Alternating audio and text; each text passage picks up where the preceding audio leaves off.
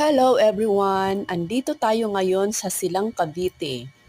Napasyal ako sa place ng kaibigan ko. At sakto naman, natagbungan na pala ng rambutan. Ang liliit lang ng puno at halos sumayad na sa lupa ang mga bunga kaya hindi na kailangang akyatin o sungkitin. Ang tatamis pati. Kaya ayan, siguradong magte-take home na naman ako nito. Hindi lang rambutan meron sila kundi mga lansones na may mga